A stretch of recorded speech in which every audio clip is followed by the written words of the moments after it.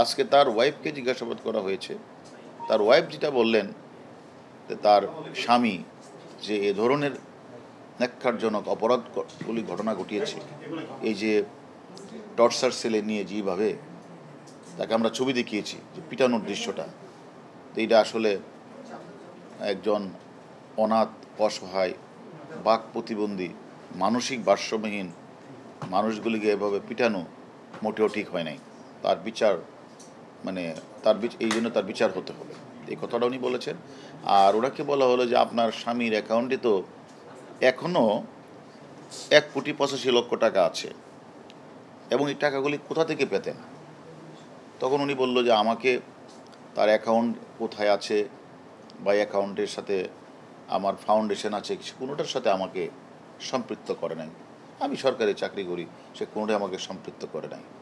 অর্থাৎ, এবং সে এটাও তাকে আমি বললাম যে এই যে কোনো এতগুলি রোগী ধরলেন, রোগী বললাম যে তারা বাক প্রতিবন্ধী, তারা বৃদ্ধ, তারা প্যারালাইজড, এই মানুষগুলি এখানে যে থাকে তাদের তো প্রায়শই ডাক্তারের প্রয়োজন হয়।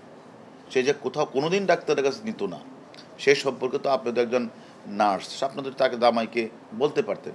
সে বলছে আমি তাকে বললেও তো সে আমার কথা শুনতো না। এইভাবে আমরা মিল্টন সমাদ্দারকে আমরা জিজ্ঞাসাবাদ করছি। জিজ্ঞাসাবাদে আসলে ভয়াবহ লোমহর্ষক সব ঘটনা বের হয়ে আসছে তার কাছ থেকে। এবং যে ছেলেটা ওই উজিরপুর থেকে বাবাকে পিটিয়ে ঢাকায় এসে ওষুধের দোকান থেকে চুরি করে, তারপরে সেখানে এসে হঠাৎ করে তিনি সেখানে একটা বৃদ্ধাশ্রম, অর্থাৎ অসহায়, গরিব, শিশু, বৃদ্ধ, প্যারালাইজড, বাক প্রতিবন্ধীহীন, তারপরে হলো মানসিক ভারসাম্য মানুষগুলিকে সে বিভিন্ন জায়গা থেকে কালেকশন করে সেটা দেখিয়ে তিনি তার যে ফেসবুকে ফলোয়ারদের মাধ্যমে সে টাকা ইনকাম করতেন, বাট টাকাগুলি সে খরচ করতেন না। অন্যদিকে ওই গরিব অসহায় মানুষগুলির যে চিকিৎসার জন্য অনেক সময় অপারেশনের প্রয়োজন হতো, হয়তো পচন ধরেছে, সে হাতও কেটে ফেলতো, আঙ্গুল কেটে ফেলতো, ব্লেড দিয়ে সে কেটে ফেলতো, এই যে রক্ত বের হতো, এবং সে শেখা, এবং এই যে ব্লেড ছুরি দিয়ে কাটাছেঁড়া রোগীরা যে কষ্ট পেত, আর্তনাদ করত, এই মাদকাসক্ত মিল্টন পৈশাচিক আনন্দ উপভোগ করতেন। এবং সে একরকম সাইকোপ্যাথিক একটা মানুষ, সে কিভাবে মানবতার ফিরিওয়ালা হলেন আমাদের বোধগম্য নয়। এবং সে কিন্তু স্বীকার করেছেন তার অপারেশন থিয়েটারে ছুরি আছে, ব্লেড আছে, এগুলো আমরা উদ্ধার করেছি, এগুলো দিয়ে সে করতে, সে নিজেও স্বীকার করেছেন। এবং টর্চার সেলে যে সে মানুষগুলিকে যে পিঠাতেন, সে তাদেরকে বানর অভিহিত করতেন এবং তাদেরকে পিটিয়ে সে নিস্তেজ করতেন।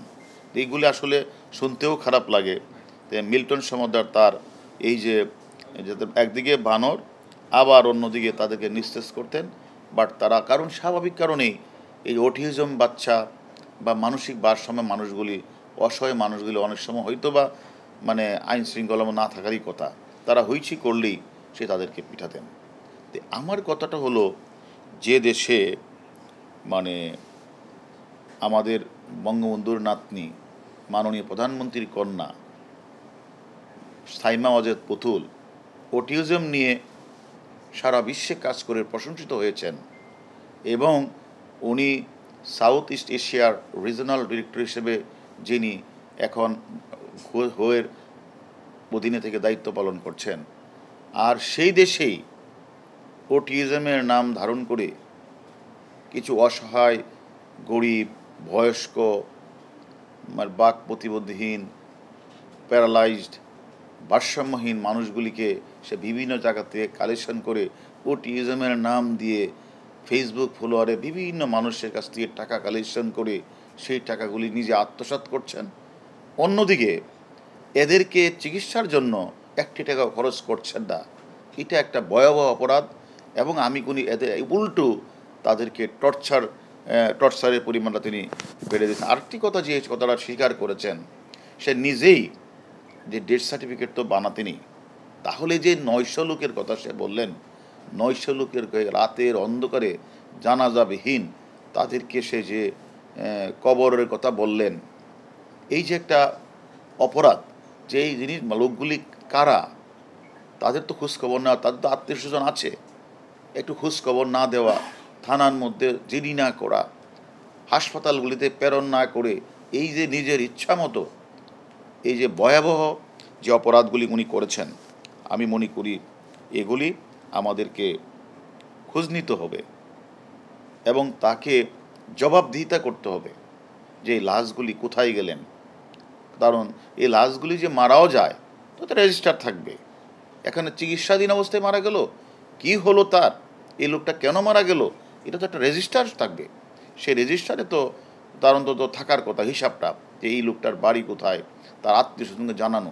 সে উল্টা যে মানুষগুলি অসহায় কোনো বাচ্চা বা কোনো শিশুকে নিয়ে দিয়ে আসতো, এই লোকটা যখন কখনো জানতে চাইতো যে আমি যে বাচ্চাটা দিয়ে গিয়েছিলাম কোথায়, উল্টা ওই লোকটাকেই টর্চার সেলে পিটাতো, আর যেন কোনো দিন কেউ সেখানে কারো খোঁজখবর না নিতে পারে। সেভাবে আমি মনে করি যারা ফেসবুকে এই মিল্টন, এই যে মাদকাসক্ত মিল্টনকে ফেসবুকে ভাইরাল করার জন্য কিছু অসহায় মানুষের ছবি তুলে তারা মানে এগুলি মানে বিভিন্ন জায়গায় প্রচার করতো শুধু টাকার উদ্দেশ্যেই, এখন তার অ্যাকাউন্টে প্রচুর টাকা, এ কয়েকদিনে 1,50,00,000 টাকা এসে গেছে, সে টাকাগুলি খরচ করে নাই। তাহলে তার উদ্দেশ্যটা কি, এটাও আমরা তদন্তে নিয়ে আসছি।